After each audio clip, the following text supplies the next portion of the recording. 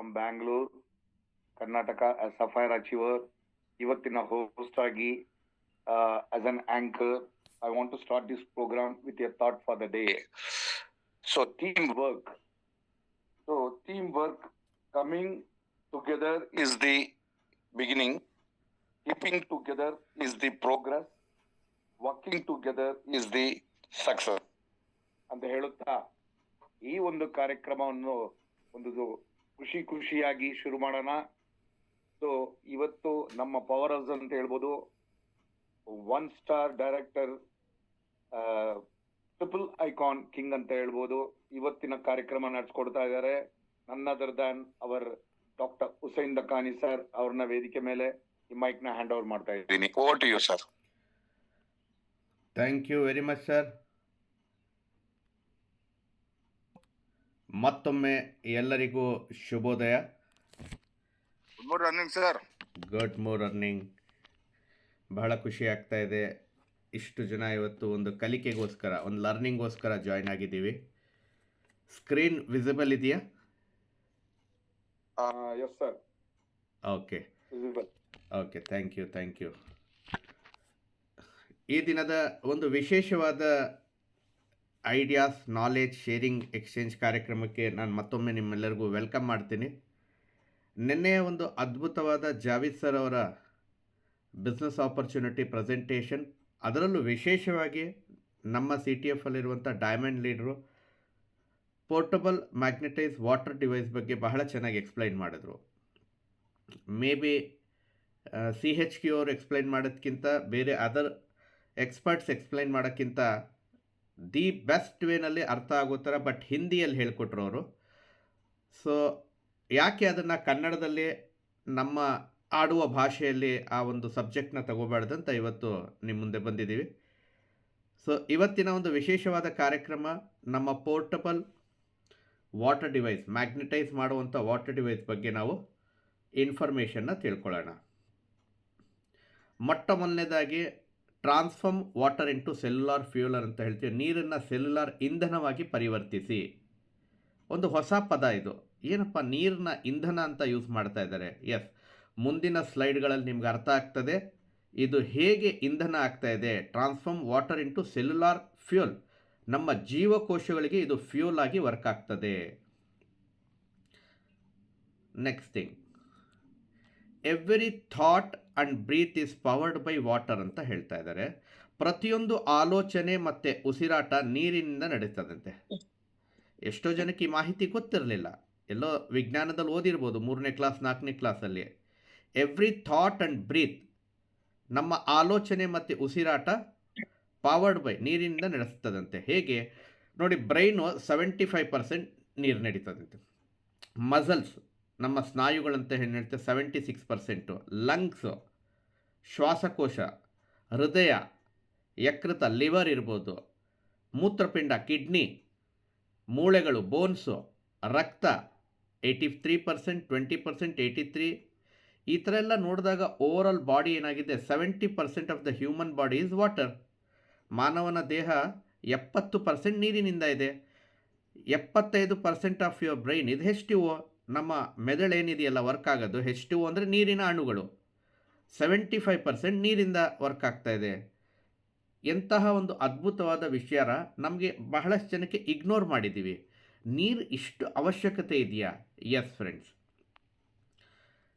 India's heat drains 500 ml of sweat per hour. ಅಂದರೆ ನಮ್ಮ ಭಾರತ ದೇಶದ ಏನು ಉಷ್ಣಾಂಶ ಇದೆಯಲ್ಲ, ಹೀಟ್ ಇದೆಯಲ್ಲ, ಒಂದು ದಿನಕ್ಕೆ 500 ml ವಾಟರ್ನ ತೆಗೆದಾಕ್ಬಿಡ್ತದೆ ನಮ್ಮ ಒಂದು ಸ್ವೆಟ್ಟಿಂಗಿಂದ. ಅದು ಈಕ್ವಲ್ ಏನಾಗಿರ್ತದೆ, 6 ಬಾಟ್ಲ್ ನೀರು ಕುಡಿದ್ರೆ ಎಷ್ಟಾಗಿರ್ತದಲ್ಲ ಅಷ್ಟು ಬೆವರು ಹೋಗ್ತದಂತೆ. 500 ml ಅಂದರೆ ಅರ್ಧ ಲೀಟರ್ ಬೆವರು ಹೋಗ್ತದೆ ನಮ್ಮ ಇಂಡಿಯಾದ ಉಷ್ಣಾಂಶದ ಪ್ರಕಾರ.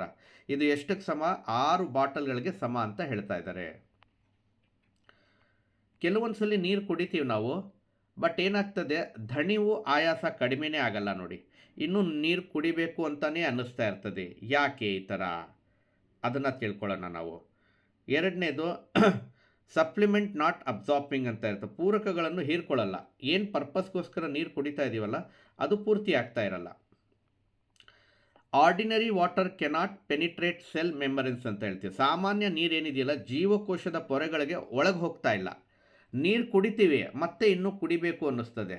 ಜಸ್ಟ್ ಇನ್ಫ್ಲೋ ಮತ್ತು ಔಟ್ಫ್ಲೋ ಆಗ್ತಾ ಇದೆ, ಜೀವಕೋಶಗಳಿಗೆ ಹೋಗ್ತಾ ಇಲ್ಲ, ಸೆಲ್ಸ್ಗಳಿಗೆ ಹೋಗ್ತಾ ಇಲ್ಲ ಅನ್ನೋ ಒಂದು ಮೆಸೇಜ್ ಇಲ್ಲಿ ಸಿಗ್ತಾ ಇದೆ.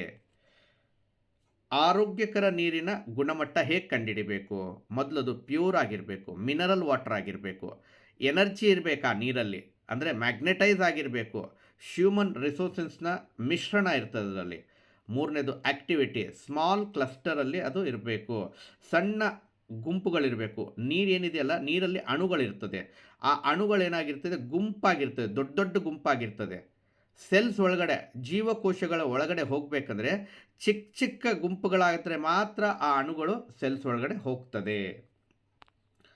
Next, ordinary water versus small cluster water. ಇಲ್ಲಿ ಬಹಳಷ್ಟು ಜನ ನಾವು ಕನ್ಫ್ಯೂಸ್ ಆಗಿದ್ದೀವಿ. ಆರ್ಡಿನರಿ ವಾಟರ್ಗೂ ನಮ್ಮ ಕ್ಲಸ್ಟರ್ ಮಾಡಿರುವಂತಹ ಮ್ಯಾಗ್ನೆಟೈಸ್ ವಾಟರ್ಗೂ ಇರುವಂಥ ಏನು ವ್ಯತ್ಯಾಸ ನೋಡೋಣ. ಸಾಮಾನ್ಯ ನೀರು ಹೇಗಿರ್ತದೆ? ದೊಡ್ಡ ಅಣುಗಳು ಸಮೂಹ ಇರ್ತದೆ, ಅದೊಂದು ಗ್ರೂಪ್ ಇರ್ತದೆ, ಅದರ ಆ್ಯಕ್ಟಿವಿಟಿ ಕಡಿಮೆ ಆಗ್ತದೆ, ಜೀವಕೋಶಗಳಿಗೆ ಡೈರೆಕ್ಟಾಗಿ ಹೋಗೋಕ್ಕಾಗಲ್ಲ. ನಾವು ನೀರು ಕುಡಿಯೋದೇನು ಗೊತ್ತಾ? ಸೆಲ್ಸ್ಗಳಿಗೆ ಒಳಗಡೆ ನೀರು ಹೋಗಬೇಕು, ಸೆಲ್ಸ್ ನೀರು ಕೇಳ್ತದೆ. ನಮ್ಮ ದೇಹ ಬಾಯಾರಿಕೆ ಹೇಗಾಗ್ತದಲ್ಲ, ನಮ್ಮ ದೇಹದಲ್ಲಿರುವಂಥ ಕೋಟ್ಯಾಂತರ ಸೆಲ್ಗಳಿಗೂ ಅದನ್ನು ಜೀವಕೋಶ ಅಂತೀವಿ, ಅದಕ್ಕೂ ನೀರು ಬೇಕಾಗಿದೆ. ಈ ನೀರು ಏನು ಮಾಡ್ತದೆ? ಸಾಮಾನ್ಯವಾಗಿರೋದು ಒಳಗಡೆ ಹೋಗೋದಕ್ಕೆ, ಪೆನೆಟ್ರೇಟ್ ಮಾಡೋದಕ್ಕೆ ಕಷ್ಟ ಆಗ್ತದೆ. ಅಂದರೆ ನೀರು ಸೆಲ್ ಒಳಗಡೆ ಹೋಗಿಲ್ಲ ಅಂದರೆ ಸ್ಟಮಕ್ ಪ್ರಾಬ್ಲಮ್ ಬರ್ತದೆ, ಕಿಡ್ನಿ ಪ್ರಾಬ್ಲಮ್ ಬರ್ತದೆ, ಬ್ಲೋಟಿಂಗ್ ಮತ್ತು ಎಡಿಮಾ ಅಂತೀವಿ, ಉಬ್ಬುವುದು ಮತ್ತು ಕೈಕಾಲುಗಳು ಊತ ಆಗುವಂಥ ಪ್ರಾಬ್ಲಮ್ ಬರ್ತದೆ. ಇದು ಆರ್ಡಿನರಿ ವಾಟರಿಂದ ಆಗುವಂಥ ಸಮಸ್ಯೆಗಳು. ಏನಾದರೂ ಇಂಥ ಸಮಸ್ಯೆಗಳಾಗ್ತಾ ಇದೆ ಅಂದರೆ ಸರಿಯಾದ ಪ್ರಮಾಣದಲ್ಲಿ ಸರಿಯಾದ ನೀರು ದೇಹಕ್ಕೆ ಹೋಗ್ತಾ ಇಲ್ಲ ಅಂತ. ಇಲ್ಲಿ ನೋಡಿ, ಉದಾಹರಣೆ ಕೊಟ್ಟಿದ್ದಾರೆ. ಈಗ ಕೆಳಗಡೆ ನಾವಿಲ್ಲಿ ನೋಡ್ಬೋದು, ಸಣ್ಣ ಸಣ್ಣ ಅಣುಗಳೇನಿದೆಯಲ್ಲ ನಮ್ಮ ನೀರಿನಲ್ಲಿರೋ H2O ಅಂತೀವಿ, ಸೆಲ್ಸ್ ಒಳಗಡೆ ಹೋಗೋದಕ್ಕೆ ಆಗ್ತಾ ಇಲ್ಲ. ಇದೊಂದು ಸಣ್ಣದಾಗಿ ದಾರಿ ಇದೆ ನೋಡಿ, ಒಂದು ಈ ಥರ ತೋರಿಸ್ತಾ ಇದ್ದಾರೆ. ಏನಾಗ್ತದೆ? ಹೋಗೋಕ್ಕೆ ದಾರಿ ಇಲ್ಲದೆ ಅಲ್ಲೇ ಸ್ಟ್ರಕ್ ಆಗ್ತದೆ. ಅದು ನೀರಲ್ಲಿರುವಂಥ ಅಣು ಏನಿದೆಯಲ್ಲ ಜೀವಕೋಶಕ್ಕೆ ಒಳಗಡೆ ಹೋಗಬೇಕು, ಅದು ಈ ಕೆಲಸ ಮಾಡೋಕ್ಕಾಗ್ತಾ ಇಲ್ಲ ಸಾಮಾನ್ಯ ನೀರು. ನಮ್ಮ ಕ್ಲಸ್ಟರ್, ಸ್ಮಾಲ್ ಕ್ಲಸ್ಟರ್ ಮಾಲಿಕ್ಯೂಲ್ ಅಂತ ಏನು ಹೇಳ್ತೀವಲ್ಲ, ಅದು ಹೇಗೆ ವರ್ಕ್ ಆಗ್ತದೆ ನೋಡೋಣ.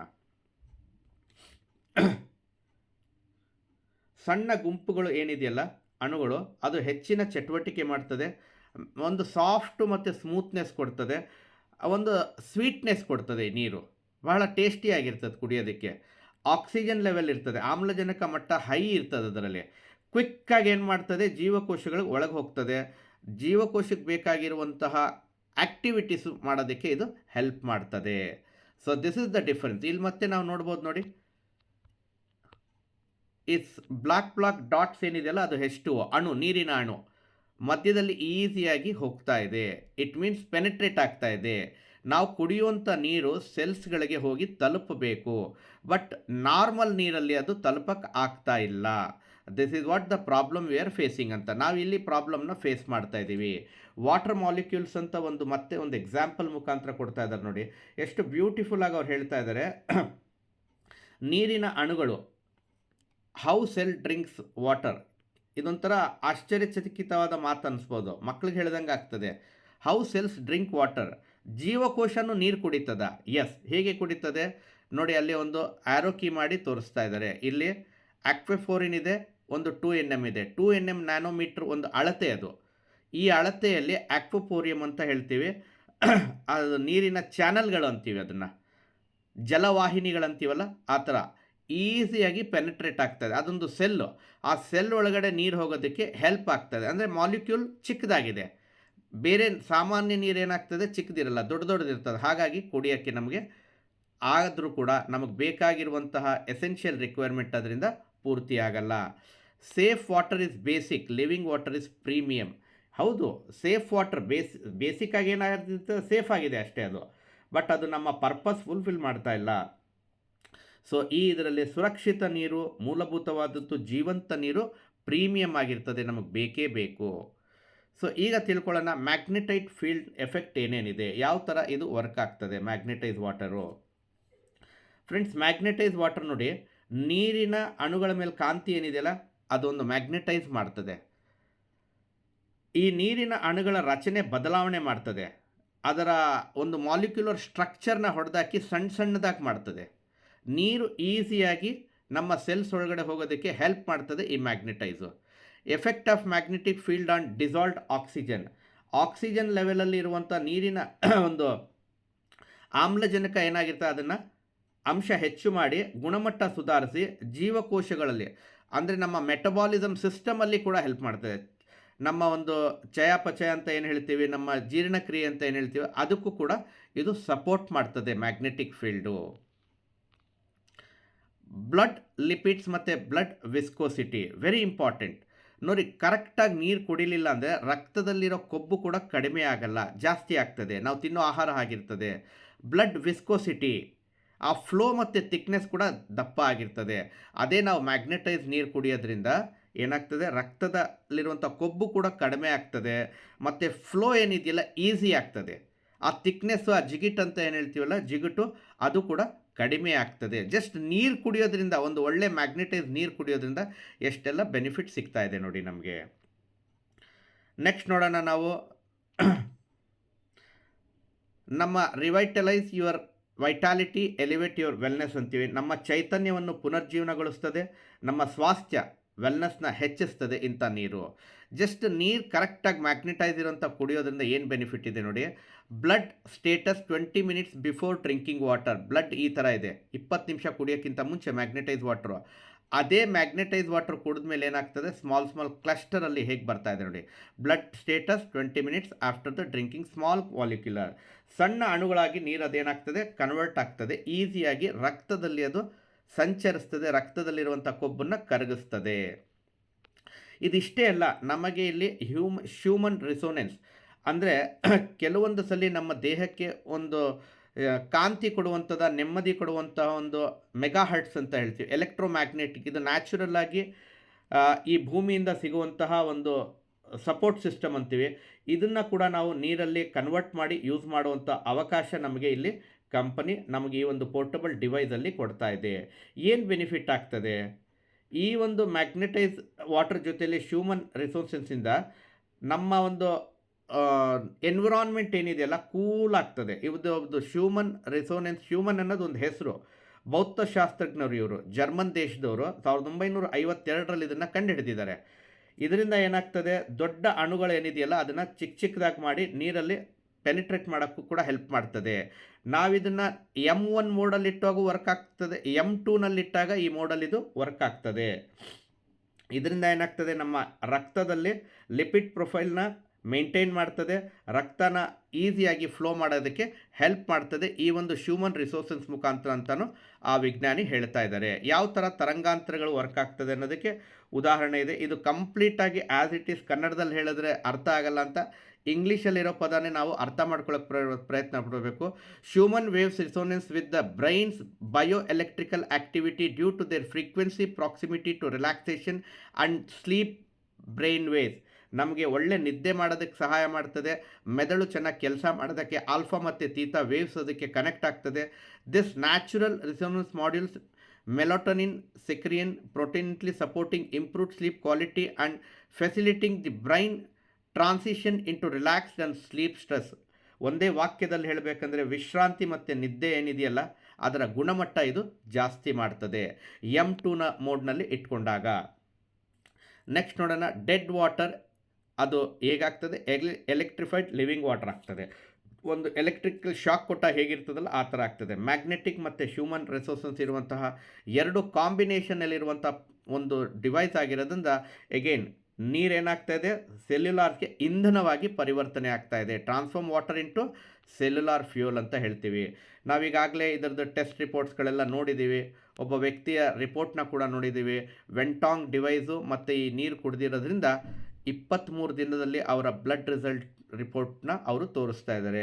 ಇದೇ ರೀತಿಯಲ್ಲಿ ಬೇರೆ ಬೇರೆ ಪೇಷಂಟ್ಗಳದ್ದು ಬೇರೆ ಬೇರೆ ರೀತಿಯಲ್ಲಿ ಅವ್ರದ್ದೇ ಆದಂಥ ಈ ನೀರನ್ನ ಕುಡಿಯೋದ್ರಿಂದ ಅವ್ರಿಗೆ ರಿಸಲ್ಟ್ ಬಂದಿರುವಂಥ ಫೋಟೋಗ್ರಾಫ್ಸ್ನ ನಾವು ನೋಡ್ತಾ ಇದ್ದೀವಿ, ಕೇಳಿದ್ದೀವಿ. ಈಗಾಗಲೇ ಇಡೀ ಭಾರತ ದೇಶದಲ್ಲಿ ಬಹಳಷ್ಟು ಜನಕ್ಕೆ ಇದರ ಬೆನಿಫಿಟ್ಸ್ ಹೇಗೆ ಬಂದಿದೆ ಅನ್ನೋದು ಕೂಡ ನಾವು ತಿಳ್ಕೊಂಡಿದ್ದೀವಿ. ಫ್ರೆಂಡ್ಸ್, ಇಲ್ಲಿ ನಾವು ಯೂಸ್ ಮಾಡಿದಾಗ ಮಾತ್ರ ಗೊತ್ತಾಗ್ತದೆ ಇದರ ಅನುಭವಗಳು, ಇದರ ಲಾಭಗಳು ಏನಿದೆ ಅಂತ. ಮತ್ತು ಸ್ಕಿನ್ ಬೆನಿಫಿಟ್ಸ್ ಹೇಗಾಗ್ತಾ ಇದೆ ಅಂತ ನಾವು ಕೇಳಿದ್ದೀವಿ, ನೋಡ್ತಾ ಇದ್ದೀವಿ ಈ ಒಂದು ನೀರು ಕುಡಿಯೋದ್ರಿಂದ. ಬಿಫೋರ್ ಮತ್ತು ಆಫ್ಟರ್ ಒಂದು ಕೈ ಹೇಗಿದೆ ನೋಡಿ, ಒಂದು ಕೆಂಪಗೆ ಇದು ಬಂದು ಸ್ಕಿನ್ ಅಲರ್ಜಿ ಆದಂಗೆ ಆಗಿದೆ. ಜಸ್ಟ್ ಈ ನೀರು ಕುಡಿಯೋದ್ರಿಂದ ಒಂದು 20 ಡೇಸಲ್ಲಿ ಯಾವ ಥರ ಅವರ ಹೆಲ್ತ್ ಇಂಪ್ರೂವ್ ಆಗಿದೆ, ಕೈನ ಚರ್ಮ ನೋಡಿ ಯಾವ ಥರ ಇಂಪ್ರೂವ್ ಆಗಿದೆ. ಕ್ರಾನಿಕ್ ಫ್ಯಾಟಿಕ್ ಇದೆಲ್ಲ ಟೆಸ್ಟಿಮೋನಿಯನ್ಗಳಾಗಿರೋದ್ರಿಂದ ನಮಗೆ ನಮ್ಮದೇ ಆದಂಥ ಕನ್ನಡದಲ್ಲಿ ಬಹಳಷ್ಟು ಜನ ಈಗಾಗಲೇ ಈ ಶೇರಿಂಗ್ ಮಾಡ್ಕೊಂಡಿದ್ದಾರೆ. ನಮಗೆ ಎಷ್ಟು ಬೆನಿಫಿಟ್ ಆಗಿದೆ ಅಂತ ಅವರು ಸ್ವತಃ ಹೇಳ್ಕೊತಾ ಇದ್ದಾರೆ. ಸೊ ಫೈನಲ್ ಆಗಿ ಈ ಪ್ರಾಡಕ್ಟಿಂದ ಏನೆಲ್ಲ ಬೆನಿಫಿಟ್ ಆಗ್ತಾ ಇದೆ ಅಂದರೆ, ನಮಗೆಲ್ಲ ಖುಷಿ ಕೊಡುವಂಥ ವಿಚಾರ ಏನಂದರೆ, ಡಯಾಬಿಟಿಕ್ನ ಇದು ಮೇಂಟೈನ್ ಮಾಡ್ತಾ ಇದೆ, ಮೆಟಬಾಲಿಕ್ ಸಿಸ್ಟಮ್ನ ಮೇಂಟೈನ್ ಮಾಡ್ತಾ ಇದೆ, ಆರ್ಥ್ರೈಟಿಸ್ ಸಂದುಗಳಂತ ಸಂಧಿವಾತ ಅಂತೀವಲ್ಲ, ದೀರ್ಘಕಾಲದ ನೋವನ್ನ ಕಡಿಮೆ ಮಾಡ್ತಾ ಇದೆ, ಚರ್ಮದ ಪ್ರಯೋಜನಗಳಾಗ್ತಾ ಇದೆ, ಸ್ಕಿನ್ ಬೆನಿಫಿಟ್ಸ್ ಆಗ್ತಾ ಇದೆ, ಡೈಜೆಸ್ಟಿವ್ ಡಿಸಾರ್ಡರ್ಸ್ಗಳೇನಿರ್ತದಲ್ಲ, ಜೀರ್ಣ ಆಗಲ್ಲ, ಕೆಲವ್ರಿಗೆ ಬಹಳ ಜೀರ್ಣಶಕ್ತಿ ಕಡಿಮೆ ಇರೋದ್ರಿಂದ ಅಬ್ಸಾರ್ಪ್ಷನ್ ಪ್ರಾಬ್ಲಮ್ ಕೂಡ ಬಹಳ ಇರ್ತದೆ, ಅಂಥವ್ರಿಗೆ ಕೂಡ ಇದು ಹೆಲ್ಪ್ ಆಗ್ತದೆ. ಕ್ರಾನಿಕ್ ಫ್ಯಾಟಿಗ್ ಅಂಡ್ ಮತ್ತು ಸ್ಟ್ರೆಸ್, ಬಹಳ ವರ್ಷಗಳಿಂದ ಅವ್ರಿಗೆ ಆಯಾಸ ಒತ್ತಡ ಇರ್ತದೆ ನೋಡಿ, ಲಾಂಗ್ ಟರ್ಮಲ್ಲಿ ಅವರು ಪೇಯ್ನ್ ತೊಗೋತಾ ಇರ್ತಾರೆ, ಅಂಥವ್ರಿಗೆ ಇದು ರಿಲೀಫ್ ಕೊಡ್ತಾ ಇದೆ. ಈ ಒಂದು ಡಿವೈಸ್ನ ಹೇಗೆ ಯೂಸ್ ಮಾಡಬೇಕಂತ ನಮ್ಮೆಲ್ಲರಿಗೂ ಗೊತ್ತಿದೆ. ಪವರ್ ಬಟನ್ ಇದೆ, ಮೋಡ್ಸ್ ಇದೆ, ಟೈಮ್ ಸೆಟ್ಟಿಂಗ್ ಇದೆ, ಸ್ಟಾರ್ಟ್ ಮತ್ತು ಪಾಸ್ ಪವರ್ ಮುಖಾಂತರ ನಾವು ಇದನ್ನು ಯೂಸ್ ಮಾಡಬಹುದು. ಕೆಲವೊಂದು ಟಿಪ್ಸ್ಗಳು ಹೇಳಿದ್ದಾರೆ. ಮಕ್ಕಳಿಂದ ಇದನ್ನು ದೂರ ಇಡಿ, ಎಸ್ಪೆಷಲಿ ಪ್ರೆಗ್ನೆಂಟ್ ವುಮೆನ್, ಅವ್ರಿಗೆ ಇದರಿಂದ ಅವಾಯ್ಡ್ ಮಾಡಿ. ಸದ್ಯಕ್ಕೆ ಆ ಪ್ರೆಗ್ನೆನ್ಸಿ ಟೈಮ್ ಆಗೋ ತನಕ ಬೇಡ. ಬ್ಲೀಡಿಂಗ್, ಯಾರಿಗೆ ರಕ್ತ ಸ್ರಾವ ಆಗ್ತಾ ಇರ್ತದಲ್ಲ ಅಂಥವ್ರಿಗೂ ಕೂಡ ಬೇಡ. ಗಾಯ ಆಗಿರ್ತದೆ ಅಂಥವ್ರಿಗೆ ಬೇಡ ಅಂತ ಇದ್ದಾರೆ. Customers with auto immune system disease ಅಂತೀವಿ, ಕೆಲವ್ರಿಗೆ ಅವ್ರಿಗೆ ಗೊತ್ತಿಲ್ಲದಂಗೆ ಕೆಲವೊಂದು ರೋಗಗಳು ಆಟೋ ಇಮ್ಯೂನ್ ಕಾಯಿಲೆಗಳಾಗಿರ್ತದೆ, ಅಂದರೆ ತನಗೆ ತಾನೇ ಅದು ಬರ್ತಾ ಇರ್ತದೆ, ಅಂಥವ್ರಿಗೂ ಕೂಡ ಇದನ್ನು ಬೇಡ ಅಂತ ಹೇಳ್ತಾ ಇದ್ದಾರೆ. Magnetic effects may interface with the operation of pacemaker, ಯಾರು ಹಾಕಿರ್ತಾರಲ್ಲ ಪೇಸ್ ಮೇಕರ್ ಹಾಕಿರೋರು ಇದನ್ನು ಅವಾಯ್ಡ್ ಮಾಡೋದು ಒಳ್ಳೆಯದು. ಇದು ಮೆಡಿಕಲ್ ಡಿವೈಸ್ ಅಲ್ಲ, ಇದೊಂದು ರೀಪ್ಲೇಸ್ ಆಗಿರ್ತದೆ, ಇದೊಂದು ಮೆಡಿಕಲ್ಗಾಗಿ ಯೂಸ್ ಮಾಡುವಂಥದ್ದಲ್ಲ, ನಮ್ಮ ಜನರಲ್ ಹೆಲ್ತ್ಗೋಸ್ಕರ ಯೂಸ್ ಮಾಡುವಂಥ ಒಂದು ಡಿವೈಸ್ ಆಗಿರ್ತದೆ. ಇದನ್ನು ಯೂಸ್ ಮಾಡುವಾಗ, ಈ ನೀರನ್ನ ಮ್ಯಾಗ್ನೆಟೈಸ್ ಮಾಡುವಾಗ ಗಾಜಿನ ಗ್ಲಾಸೇ ಯೂಸ್ ಮಾಡಬೇಕು, ಯಾವುದೇ ಥರದ ಬೇರೆ ಗ್ಲಾಸ್ಗಳನ್ನ ಲೋಹದ ಗ್ಲಾಸು ಅಥವಾ ನಮ್ಮ ಸ್ಟೀಲ್ ಟಮ್ಲರ್ ಯಾವುದನ್ನು ಕೂಡ ಯೂಸ್ ಮಾಡಬಾರ್ದು.